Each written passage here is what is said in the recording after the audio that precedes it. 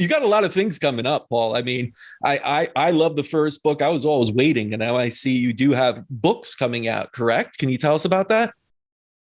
Sure. The next book on November 4th coming out is called Marked for Life. When I so last year started and life was interesting, and then COVID arrived and it got a whole lot more interesting. And then shortly after that, my daughter Erin, who was 15 at the time, she had a seizure and she died. And really trying to make sense of life. And like I mentioned earlier, I think everything that had led up to that point had been training wheels. Now, I'd never been a huge fan of tattoos, but when I got really sick a few years ago in my adventure, I have a bunch of tattoos now, and each of them has a meaning. Some of them are in Nepali, some of them are in Hebrew, some of them are from my childhood. And it turned into this mantra and this mala almost. But when Erin died, I had this real crisis of faith.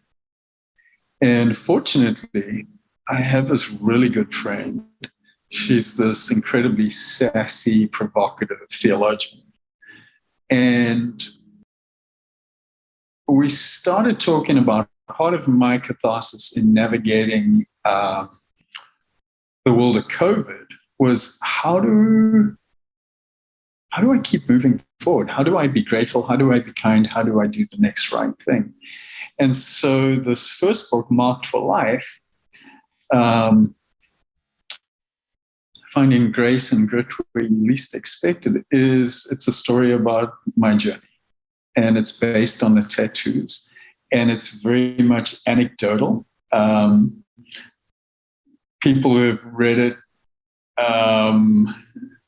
some of the early writings are like, oh my gosh, I can't wait to see how people react to this. Because it's very, Casper, the listeners don't know this, but I would say I'm a creature of the universe. I'm a little bit church, a little bit jungle, and a little bit everywhere in between. And Rebecca, my co-author in this book, is very much church, but in a way that's incredibly engaging and enthralling. So it's a series of stories as we've navigated COVID and the lessons we've learned.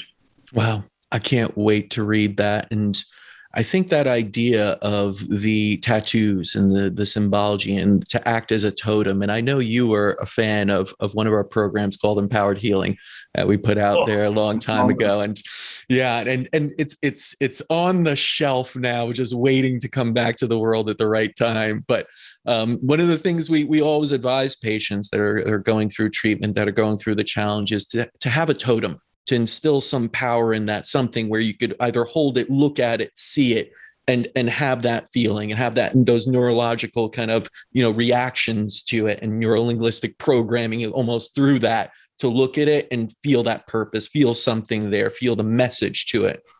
And I do think that what you're describing in these tattoos is your totem. They are your totems, right? They are something that, grounds you, that brings you back to something that shows you those message, even in those hardest of times. So I think that's incredibly fascinating. And I'm really looking forward to that book.